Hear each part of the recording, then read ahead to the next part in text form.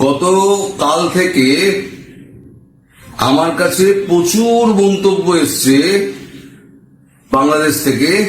সবাই জানতে চাইছে, ওখানে একটা খবর উঠেছে যে চীনারা 60 কিলোমিটার অরুণাচলের ভেতরে ঢুকে এসছে, এসে দমাদম করে বোমা টোমা ফাটাচ্ছে, রকেট টকেট ফাটাচ্ছে। ভারত কি করছে? তাদের দেশে এই নিয়ে একেবারে টিভি, সোশ্যাল মিডিয়া সব সরগরম। আমি একটু খোঁজ খবর লাগালাম, যদি হতো তাহলে আমরা ভারতবর্ষে বসে আমরা খবর পেতাম না? অরুণাচল প্রদেশে একেবারে চীনা ঢুকে গেছে, ঢুকে গিয়ে বোমা ফাটাচ্ছে। আর একটু আধটু অঞ্চল নয়, 60 কিলোমিটার। এদের আন্দাজ নেই যে অরুণাচলের ভৌগোলিক অবস্থানটা কি, অরুণাচল কিভাবে আছে। অরুণাচলের যেটা হচ্ছে এলএসি নয়, লাইন অফ অ্যাকচুয়াল কন্ট্রোল নয়, লাইন অফ কন্ট্রোল পেরিয়ে যদি এপারে আসতে হয়, তাহলে যে বড় বড় বোল্ডার গুলো আছে, সেই বোল্ডার গুলোকে টপকিয়ে আসতে হবে প্রায় 5 কিলোমিটার। ওই বোল্ডার টপকিয়ে আসতে গিয়েই লেগে যাবে 4 ঘন্টা। তারপরে 60 কিলোমিটার হেঁটে যাবে, আবার 60 কিলোমিটার সমস্ত অস্ত্রশস্ত্র নিয়ে আসবে। এই গল্প দাদুর আসলে না একেবারে গাছে গরু তুলে দেবে যে সমস্ত বাংলাদেশি মিডিয়া আছে। আজকে আমি এই বাংলাদেশি মিডিয়ার ছাল ছাড়াবো, আপনারা দেখুন। আর কোন কনটেক্সটে এইটা করা হয়েছে সেটাও আমি দেখাবো। যাদের থেকে নিয়ে করা হয়েছে তাদের বক্তব্যও দেখাবো, যাদের উল্লেখ করে করা হয়েছে তাদের বক্তব্যও দেখাবো, এবং শেষে দেখাবো মোদিজি কেন এত চুপচাপ। উনি আমেরিকা যাচ্ছেন, এটা কিন্তু কনফার্ম। 21-22 তারিখে আমেরিকা যাচ্ছেন। কি জন্য যাচ্ছেন, কেন যাচ্ছেন, কার সঙ্গে দেখা করবেন, এ ব্যাপারে কিন্তু উনি রাগ কাটছেন না। কার মোদিজি যখন চুপ করে থাকেন তারপরে কিন্তু একটা কোনো বড় ঘটনা ঘটে। আর এই যে ঘটনাটা যেটা ওরা বলছে, এটা আমি শেষে আসবো।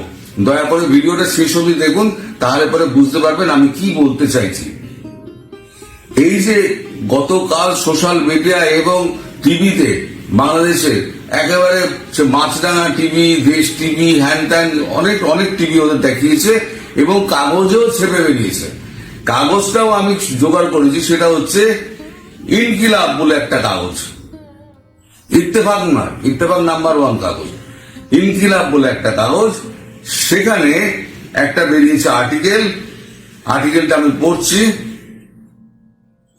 7 সিস্টার্সের 60 কিলোমিটার ভেতরে চীনা সেনারা। লেখা হচ্ছে, ভারতীয় উত্তর পূর্বাঞ্চলীয় কৌশলগত গুরুত্বপূর্ণ 7 রাজ্য বা 7 সিস্টার্সের অন্তর্ভুক্ত অরুণাচল প্রদেশের ভারতীয় ভূখণ্ডের প্রায় 60 কিলোমিটার ভেতরে ঢুকে পড়েছে চীনের সামরিক বাহিনী। শুধু তাই নয়, ভারতীয় ভূখণ্ডে ঢুকে অরুণাচল প্রদেশের আনজাও জেলার কাপাপু এলাকায় ক্যাম্প করেছে চীনের পিপলস লিবারেশন আর্মি। অরুণাচলের স্থানীয় সংবাদ মাধ্যম অরুণাচল 24 ও নিউজ 5 সরেজমিনে ঘুরে, লক্ষ্য করবেন এই কথাটা, সরেজমিনে ঘুরে তৈরি করা এক প্রতিবেদনে এই চাঞ্চল্যকর তথ্য জানিয়েছে। ভালো করে শুনেছেন তো, সরেজমিনে ঘুরে চাঞ্চল্যকর তথ্য জানিয়েছে। দাঁড়াও বেটা, তোমাদের দেখাচ্ছি মজা। ফেক খবর ছড়িয়ে দেশের মানুষকে চাঙ্গা করছো। দেশের মানুষের মনোবল ঢিলে হয়ে গেছে বলে চাঙ্গা হচ্ছে। আমি এবার যে খবরটার কথা ওরা বলছে, যে সংবাদ মাধ্যমের কথা ওরা বলছে, অরুণাচলের স্থানীয় সংবাদ মাধ্যম অরুণাচল 24। আমি অরুণাচল 24 আমি খুলেছি। অরুণাচল 24 কি লিখেছে এবার আমি সেটা পড়ে শোনাই আপনাদের। অরুণাচল 24.in। আনজাউতে ভারতীয় ভূখণ্ডে ঢুকেছে চীনা সেনারা। ঠিক আছে, এবার খবরটা বলছি, ভালো করে শুনুন। চীনের পিপলস লিবারেশন আর্মি এবং চীনা সৈন্যরা অরুণাচল প্রদেশের আনজাও জেলার ভারতীয় ভূখণ্ডের অন্তত 60 কিলোমিটার ভেতরে প্রবেশ করেছে বলে জানা গিয়েছে, এবং তারা কিছু সময়ের জন্য জেলার কাপাপু এলাকায় ক্যাম্পিং করেছে, একটি মিডিয়া রিপোর্টে প্রকাশ করা হয়েছে। তারা সরেজমিনে দেখেনি, একটা মিডিয়া রিপোর্টে প্রকাশ করা হয়েছে, এবং যে মিডিয়ার নাম বলা হয়েছে সেই মিডিয়া আমি পুরো তন্ন তন্ন করে খুঁজেছি, সেই মিডিয়ার কোনো নাম খুঁজে পাওয়া যায়। এমনিতেই এগুলো অরুণাচল প্রদেশ, অরুণাচল 24.in এগুলোর ওয়েবসাইট, তো এগুলো খুব একটা মূল্য থাকে না। তার মানে এখান দিয়ে কিছুটা ঢপ বেড়েছে, এই অরুণাচল 24 কিছুটা ঢপ বেড়েছে। সেই ঢপটাকে বিরাট আকার দিয়ে সরেজমিনে ঘুরে ওরা বলছে মিডিয়া তথ্য পেয়েছি, সেই মিডিয়া তথ্য অনুযায়ী আমরা করেছি। সেই মিডিয়া তথ্য সেটা হচ্ছে নিউজ পাই আমি খুঁজেও পাইনি। গল্পের গরুকে গাছে তোলা তো, এইবারে তো আমি তোমাদের মজা দেখাচ্ছি ভাই। এবার ভারতীয় মিডিয়া আসুন, ভারতীয় মিডিয়া কি লিখছে, দ্য ইন্ডিয়ান এক্সপ্রেস কি লিখছে, আগ্রাসী চীন এবং প্রতিবেশী সমস্যা, ভারত একটি কৌশলগত চৌরাস্তায় রয়েছে। ভারতের পারমাণবিক সশস্ত্র প্রতিবেশী চীন ও পাকিস্তান আঞ্চলিক উচ্চাকাঙ্ক্ষা পোষণ করে এবং বারবার উস্কানি দিচ্ছে, যা জাতীয় সম্পদকে সমালোচনামূলক উন্নয়নমূলক অগ্রাধিকার থেকে সরিয়ে দেয়। এমনকি আগস্টের শেষের দিকে ভারত চীন সীমান্ত বিষয়ক কূটনৈতিক ওয়ার্কিং মেকানিজমের 31তম বৈঠক নিষ্ফলভাবে সমাপ্ত হওয়ার পরেও হিমালয়ের উচ্চতায় চীনা পিএল এর সাথে চোখে চোখ রেখে লড়াইয়ে আমাদের বীর জওয়ানরা আরো একটি শীতের জন্য প্রস্তুতি নিচ্ছে। রাস্তায় সেনা মোতায়েন দ্বারা আমরা চীনের ঘৃণ্য পরিকল্পনাগুলিকে চেকমেট করতে সক্ষম হয়েছি। বেইজিং তার নিজস্ব প্রতারণামূলক খেলা খেলছে লাদাখে সামরিক অবস্থানগুলিকে শক্তিশালী করতে এবং অরুণাচল প্রদেশের সীমান্তের ওপারে, অরুণাচল প্রদেশ সীমান্ত যেটা আছে তার ওপারে সীমান্ত প্রতিরক্ষা গ্রাম তৈরিতে ব্যস্ত রয়েছে। এই দেখুন সীমান্ত প্রতিরক্ষা, সেই গ্রাম, সেই স্যাটেলাইট থেকে নেওয়া হয়েছে, সেই ছবি এইখানে পিটিআই তুলে দিয়ে দিয়েছে। এখন এই ন্যারেটিভটা হলো কেন? প্রশ্ন তো আসতে পারে আপনাদের মনে, এই ন্যারেটিভটা তৈরি করা হলো কেন? এই ন্যারেটিভটা তৈরি করা হয়েছে রাজনাথ সিং, আমাদের প্রতিরক্ষা মন্ত্রী রাজনাথ সিং যখন ওই ভাষণটা দেন এবং বলেন যে একটা অপ্রত্যাশিত ঘটনা ঘটতে পারে, সুতরাং সেনা প্রস্তুত থাকুক।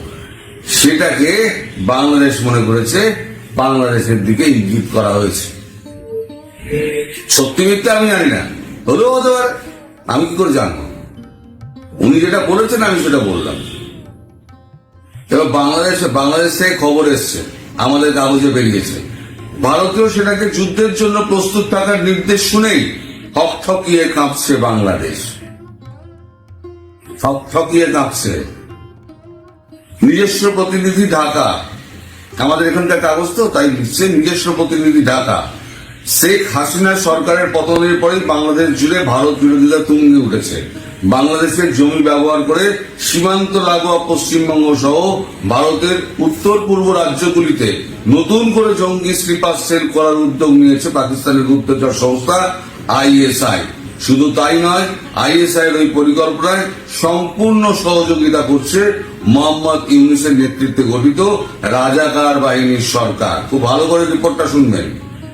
জেল থেকে ছাড়া হচ্ছে একের পর এক কুখ্যাত জঙ্গিকে, আর তাতেই ঢাকা এবং নয়াদিল্লির মধ্যে রাজনৈতিক সংঘাত শুরু হয়েছে। এমন পরিস্থিতিতে ভারতীয় সেনাকে যুদ্ধের জন্য প্রস্তুত থাকার নির্দেশ দিয়েছেন সেই দেশের প্রতিরক্ষা মন্ত্রী রাজনাথ সিং, আর তাতেই রাতের ঘুম উড়েছে বাংলাদেশ সেনার শীর্ষ আধিকারিকদের। সূত্রের খবর, ভারতীয় সেনাকে যুদ্ধের জন্য প্রস্তুত থাকার নির্দেশের কথা জানার পরেই সেনা সদর দপ্তরের পদস্থ আধিকারিকদের নিয়ে জরুরি বৈঠক করেন সেনাপ্রধান ওয়াকারুজ্জামান। ওই বৈঠকে যশোর, কুমিল্লা, জালালাবাদ, রাজশাহী, রংপুর ও সৈয়দ সেনানিবাসে কর্মরত সেনা আধিকারিক ও সেনা জওয়ানদের যাবতীয় ছুটি বাতিল করে দিয়ে সর্বোচ্চ সতর্কতামূলক অবস্থায় থাকার নির্দেশ দেওয়া হয়েছে। সেই সঙ্গে সার্বিয়া থেকে কেনা 36টি নোরা B-52 155 মিলিমিটার স্বয়ংচালিত কামান, 49টি WS-22 multiple rocket launcher system এবং ট্যাঙ্ক বিধ্বংসী রাশিয়ান ৩৫ M1 এবং চীনা PF-98 ক্ষেপণাস্ত্র তৈরি রাখার নির্দেশ দেওয়া হয়েছে। মাত্র এই কটা অস্ত্র রে ভাই, একটু ধোঁয়ায় উড়ে যাবে। তো যাই হোক, খবর যেটা বেরিয়েছে সেটাকে তো গুরুত্ব দিতেই হবে। শুধু সেনা নয়, রাজনাথ সিং এর নির্দেশের কথা শোনার পরে শনিবার তড়িঘড়ি পিলখানার বাংলাদেশের সীমান্তরক্ষী বাহিনীর সদর দপ্তরে হাজির হয়েছিলেন স্বরাষ্ট্র উপদেষ্টা তথা প্রাক্তন সেনা আধিকারিক জাহাঙ্গীর আলম চৌধুরী। ভিডিও কনফারেন্সের মাধ্যমে বিজিবি সব region commander, sector commander, battalion কমান্ডাররা বৈঠকে অংশ নেন। বৈঠকে স্বরাষ্ট্র উপদেষ্টা ভারত সীমান্ত লাগোয়া এলাকাগুলিতে নজরদারি বাড়ানোর জন্য বিজিবির পদস্থ কর্তাদের নির্দেশ দিয়েছেন। সীমান্তের এপার থেকে ভারতীয় জমি ব্র্যাকেটে যদি একটাও গুলি চালানো হয়, মানে ভারত যদি একটাও গুলি চালায়, তাহলে 10টা গুলি চালানোর কথা বলেছেন। যদিও ভারতীয় সেনা আক্রমণ চালালে, ভালো করে শুনুন, যদিও ভারতীয় সেনা আক্রমণ চালালে ন্যূনতম প্রতিরোধও করা যাবে বলে মনে করছেন না সেনা ও বিজেপির শীর্ষ কর্তারা।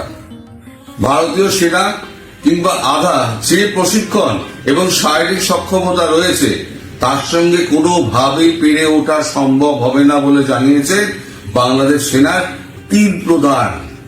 তবে প্রাক্তন সেনাপ্রধান আজিজ আহমেদ ও ইকবাল করিম ভুঁইয়ারা মনে করেন না ভারতের বর্তমান সরকার বাংলাদেশকে পাকিস্তানের মতো শত্রু হিসেবে দেখে। এই হলো আপনাদের অবস্থা। এই সেনা আর এই যে ওই কটা অস্ত্রফস্ত্র নিয়ে আপনারা এই লাফালাফি করছেন না, ধোঁয়া হয়ে উড়ে যাবেন। তো এসব চিন্তা মাথা থেকে বাদ দিন, দেশটাকে গড়ার চেষ্টা করুন, এসব চিন্তা মাথা থেকে বাদ দিন। আচ্ছা, এবার আসি মোদী সাহেবের প্রসঙ্গে। নরেন্দ্র মোদী তিনি মার্কিন যুক্তরাষ্ট্রে যাচ্ছেন। প্রথম কি ছিল, ঠিক ছিল তিনি ইউএনজি এর বৈঠকে তিনি ভাষণ দেবেন। ইতিমধ্যে আমাদের ইউনিস সাহেব, তিনি মোহাম্মদ ইউনিস, তিনি একটা প্রস্তাব রেখেছেন ভারতের কাছে যে ইউএনজি এর যে সম্মেলন হবে সেইখানে তিনি মোদীর সঙ্গে সাক্ষাৎ করতে ইচ্ছুক, কিন্তু ভারতের তরফে এখনো পর্যন্ত কিছু জানানো হয়নি। এইটা প্রস্তাব পাওয়ার পরেই মোদীজি সঙ্গে সঙ্গে তার মত পরিবর্তন করেন। মত পরিবর্তন করে ভেতরের যে খবরটা, মত পরিবর্তন করে তিনি ডক্টর জয়শঙ্করকে বলেন আমার বদলে আপনি চলে যান। মানে উনি মুখোমুখি হতে চাইছেন না। পাকিস্তান আর বাংলাদেশকে উনি একই দাঁড়িপাল্লায় রেখে দিয়েছেন। পাকিস্তানের শাহবাজ শরীফ বা নওয়াজ শরীফের মুখোমুখি উনি হন না, কারণ গদ্দারি করেছে। বাংলাদেশের এই রাষ্ট্রপ্রধানের ওপরেও তার কোনো ভরসা নেই, যিনি আর কি মানে সমস্ত জেলে সমস্ত জঙ্গিদের উনি ছেড়ে দিচ্ছেন, মানে জঙ্গি কার্যকলাপ ভারতের বিরুদ্ধে বাড়ানোর জন্য। তার সঙ্গে কি আলোচনা হতে পারে? ফলে আলোচনায় মুখোমুখি উনি হবেন না বলে উনি জয়শঙ্করজিকে সোজা পাঠিয়ে দিচ্ছেন। আর জয়শঙ্করজি তো পুরো খেলুড়ে মানুষ, যা খেলার উনি একেবারে লম্বা লম্বা খেলে দিয়ে চলে আসবেন, বলের মতো সাট খেলে দিয়ে চলে আসবেন, একদম হাসি মুখে জামা কাপড় খুলে দিয়ে চলে আসবেন। কিন্তু প্রশ্নটা যেটা রয়ে গেছে সেটা হচ্ছে মোদীজি 21 আর 22 তারিখ উনি যাচ্ছেন নিউ ইয়র্কে, এই আমেরিকাতে, আমেরিকা বিভিন্ন শহরে যাবেন। এখন ওখানে যাচ্ছেন কেন? না কমলা হ্যারিসের দেখা পাবেন, না ডোনাল্ড ট্রাম্পের দেখা পাবেন। জো বাইডেন তো কার্যত এখন সরেই গিয়েছেন, জো বাইডেন। তাহলে কার সঙ্গে কথা বলবেন? কেন যাচ্ছেন মোদীজি? কেন যাচ্ছেন এ নিয়ে সাউথ ব্লক নর্থ ব্লক পুরো বুকে আঙুল দিয়ে বসে আছেন। আমি গত 2 দিন ধরে প্রচুর খবর নেওয়ার চেষ্টা করেছি, কিন্তু আমি কোনো খবর পাইনি। দেখুন, আমি কোনো ঝুটো খবর আপনাদের দেব না, যেটা মিথ্যে খবর সে আমি আপনাদের দেব না। আমি জানি না মানে জানি না, আমি জানি কিন্তু বলবো না, সেটা আলাদা কথা। কিন্তু এটা আমি জানি না, জানতে পারিনি, কেউ মুখ খুলছে না। আর মোদিজি যখন মুখ খোলেন না, তখনই কিন্তু বড় বড় ঘটনাগুলো হয়।